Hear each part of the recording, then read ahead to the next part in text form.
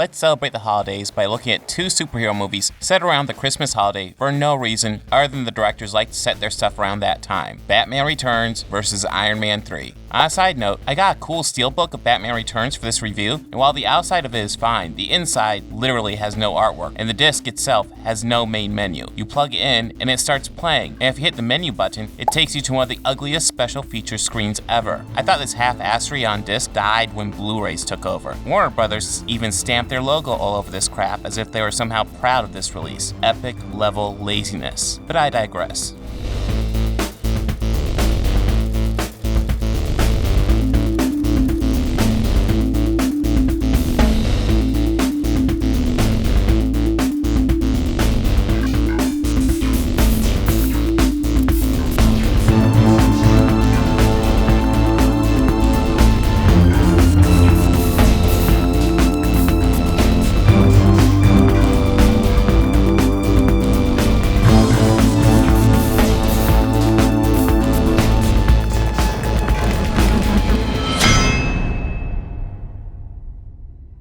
In Iron Man 3, Robert Downey Jr.'s Tony Stark is dealing with some serious PTSD from his near-death experience at the end of the Avengers. He's dealing with it by overproducing suits. What is that, like Mark 15? Yeah.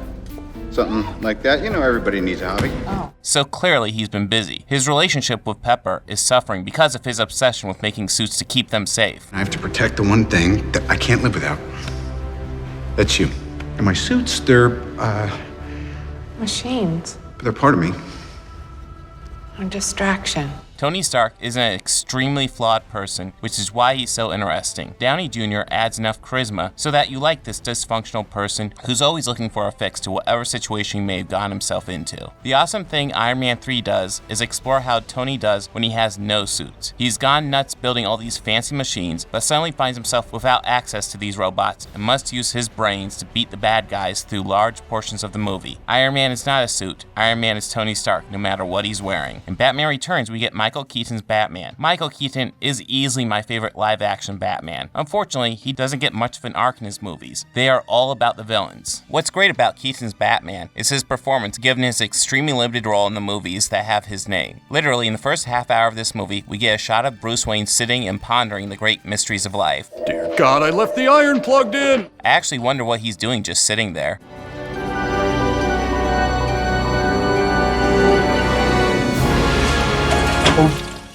Then he becomes Batman for one action scene. The rest of that half hour is spent setting up Penguin and Catwoman's origin, while also giving us a lot of Max Schreck. Bruce does get a bit more to do after that. He gets into a relationship with Selina Kyle. This part of the movie is such a highlight. Keaton and Pfeiffer have great chemistry as two severely damaged people who just might find sanity in each other's insanity. It just keeps getting interrupted by all the Penguin Max Schreck stuff that I'll get to later. I would actually love to see Michael Keaton in a Batman movie that actually focuses on Batman. If DC decides to do more Elseworld movies, like Joaquin Phoenix's Joker movie, I would love to see Michael Keaton do The Dark Knight Returns. But as it is, Robert Downey Jr.'s Iron Man has been a highlight of the MCU for a reason. Iron Man 3 actually has an arc for the hero besides occasionally popping up to fight bad guys. It hurts Batman Returns how much of a killer Batman is. He's seen smiling when he places a bomb on a thug, and the bit where he lights someone on fire seems so over the top. Add to it the fact that the MCU is more hero-centric than villain-centric, gives Iron Man such an extreme edge that it's not really a contest. Point for Marvel.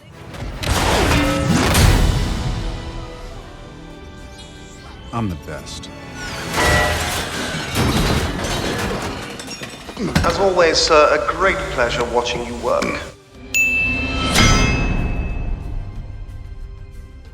In Batman Returns, we have Danny DeVito as the Penguin, Michelle Pfeiffer as Catwoman, and Christopher Walken as Max Schreck. 1/3 of these characters is interesting and flawed. The other two are generic, boring, and stupid. Let's start with the good. Selina Kyle is a woman with no self-confidence.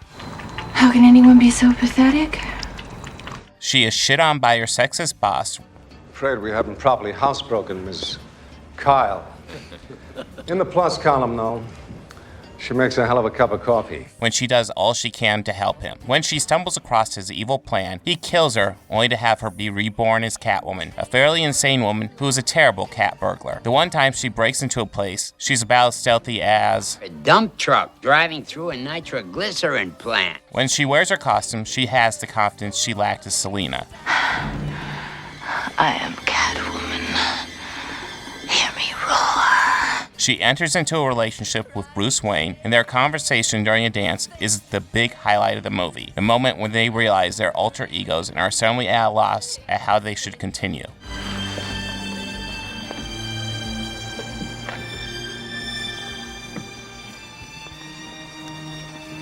But gets interrupted by Danny DeVito's Penguin, which is terrible. I genuinely am far more interested in what will have happened between Bruce and Selina when they go outside, rather than have another bland action sequence. But the Penguin just had to interrupt. He's awful. Disgusting comes to mind. Tim Burton took a lot of liberties in this movie, and the Penguin suffers the worst. He was the gentleman of crime, and now he lives in a sewer under the zoo with an army of real penguins and circus thugs who he recruited somehow. Those meddling brats couldn't have gotten too far. But boss, what about the Batman? Batman's a worm, less than nothing, a worthless peasant.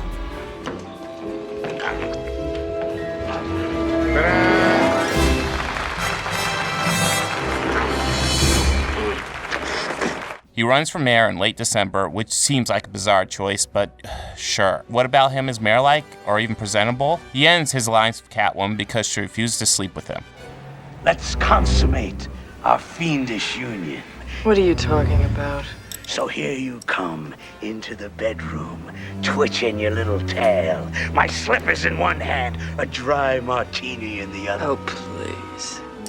I wouldn't touch you to scratch you. Yeah, and I don't think I like you anymore. What a guy. Max Schreck could perhaps be seen as an antithesis to Bruce Wayne. Both put on a costume of a respectable businessman and philanthropist. One is really a vigilante who seeks to stop evildoers. The other one is an evildoer who seeks personal wealth and glory. Max uses his power and money to push through his power plant. Bruce realizes that Batman can't stop this and must use the money and power of Bruce Wayne to fight this. This gives him a taste for the good Bruce Wayne could do, giving him the idea that perhaps he could help far more people as him and perhaps hang up the cowl and seek justice through Bruce's means instead of violence. He realizes this means a real relationship with him and Selina could really be possible. Then in a moment, it's all dashed when he realizes Selina is Catwoman and that normal life is something she could never have, and he now knows he could never have that normal life either. If you're wondering when that happened in the movie, it didn't. This just shows the story potential here. If the writers had spent as much time working on the script for this movie as I did working on the script for this video. Really, Max Schreck is just an asshole with white hair played by Christopher Walken. And not even cool Christopher Walken. Boring Christopher Walken.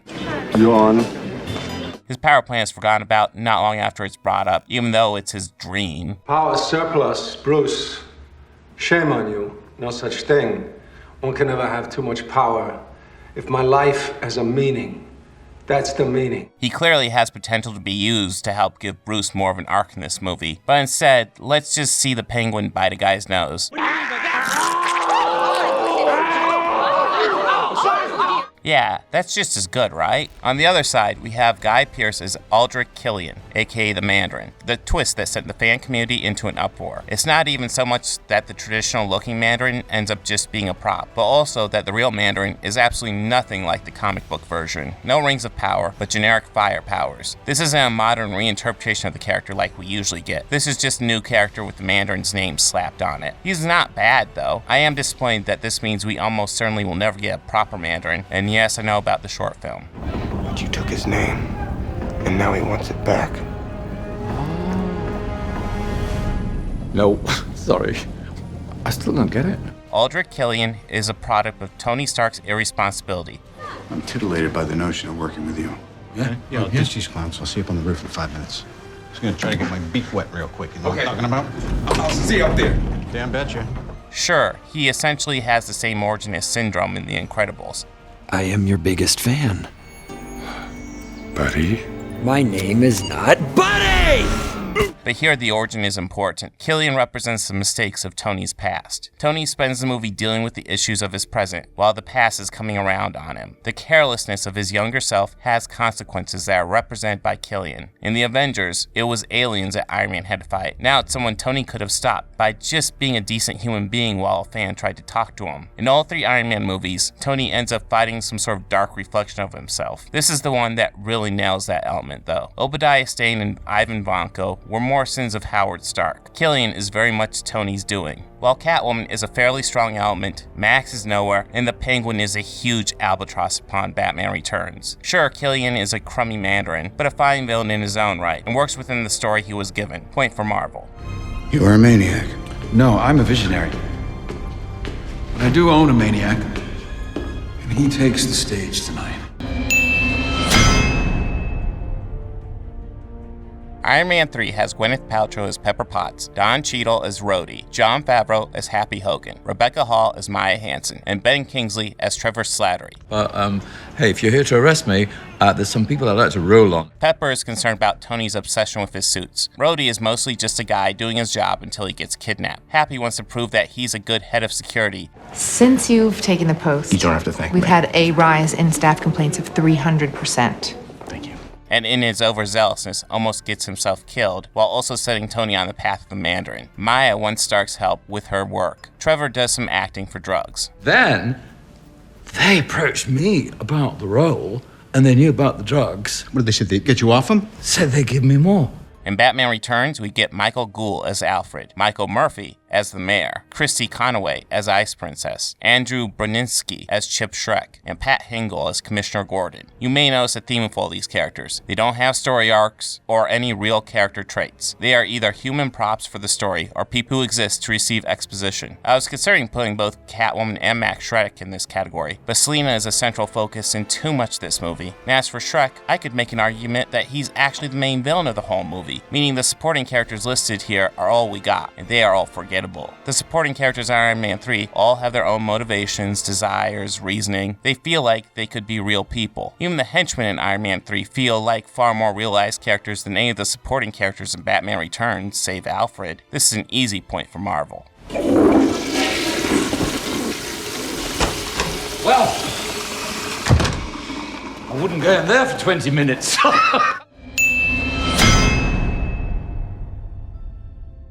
Batman Returns is all about feeling like a freak and seeking acceptance from the world. At least, it seems like that's what Burton was going for. When Penguin emerges from the sewer after the kidnapping he staged to look like a hero, he is welcomed with open arms by everyone except Bruce. His campaign even seems to be doing well in his mayor bid until Batman plays audio of him over the speakers of one of his speeches. Hey, just relax. I'll take care of the squealing, wretched, pinhead puppets of Gotham. Selina and Bruce find themselves in a very similar spot, with Selina more on the insane side than Bruce, but they honestly feel not that far off, especially when you consider how gleefully Batman kills people in this movie. It was clear they wanted to hit this theme. To find my mom and dad. A chance to find out who they are. And thusly, who I am. You take off our costumes. I guess I'm tired of wearing masks. Me too.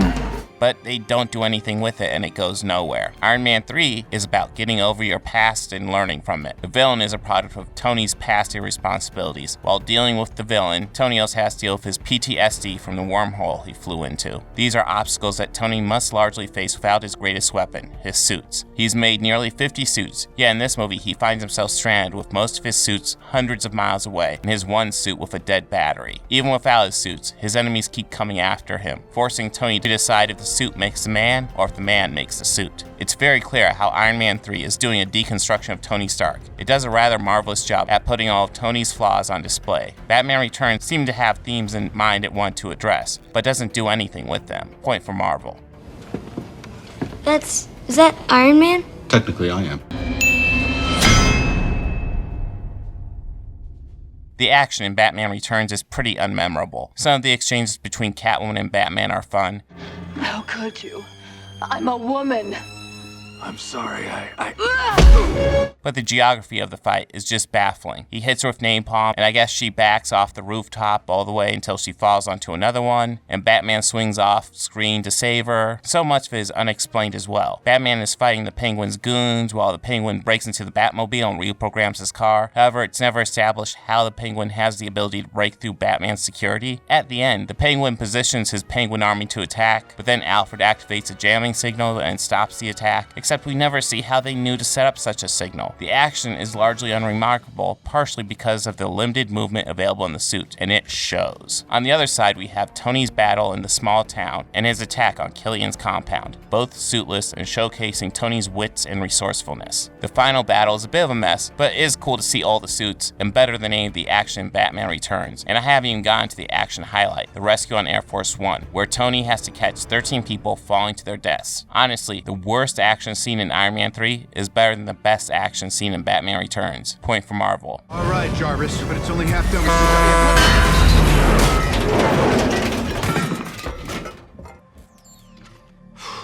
That came out of nowhere.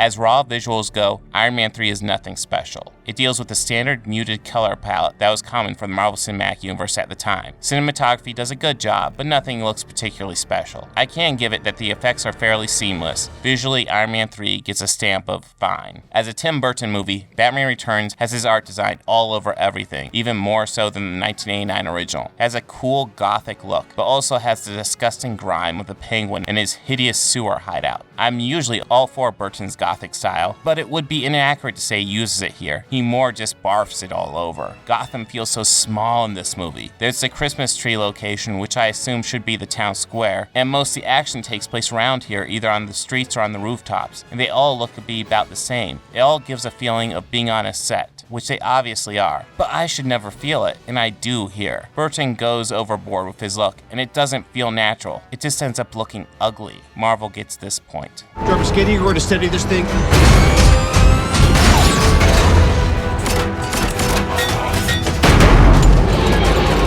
This is how you've been managing your downtime, huh? Everybody needs a hobby. Batman Returns has the return of Danny Elfman to do the score, and while he doesn't add much from the original score he did for the 1989 original, that score was so strong, revisiting it largely works.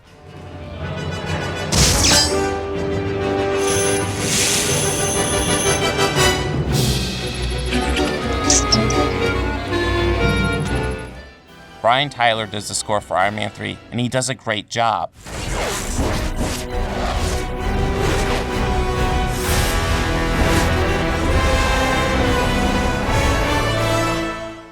This score feels largely different than the previous Iron Man entries, yet works wonderfully for this Shane Black entry. With sound design being about the same in both movies, it comes down to the score once again, and it's really close. I give a slight edge to Batman Returns though. Brian Tyler is a bit too reliant on his main theme and uses it just a bit too much, while Elfman has just a bit more variety. It's close, but Elfman prevents Iron Man 3 from getting a clean sweep. Point for DC.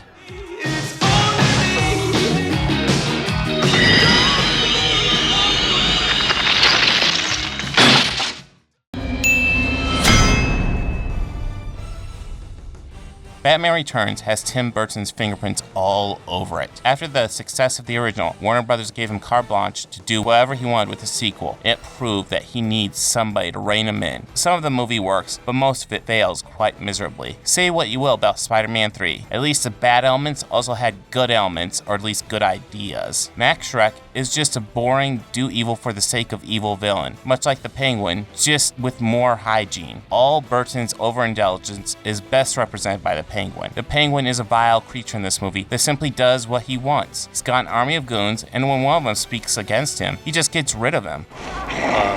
Penguin? I mean, killing sleeping children. Isn't that a little,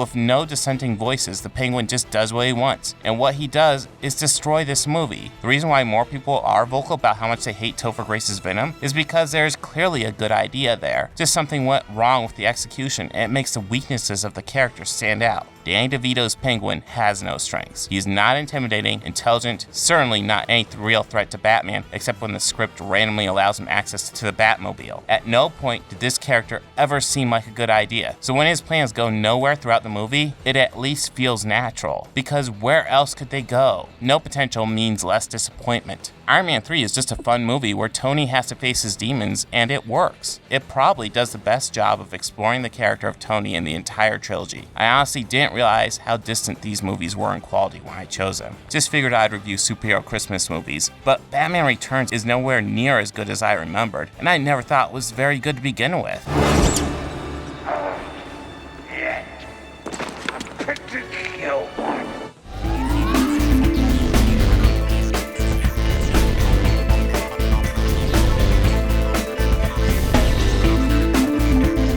Hey, if you like this video, please make sure to hit that like button and go ahead and subscribe. That helps me out a lot. And if you really love this video, consider visiting my Patreon page.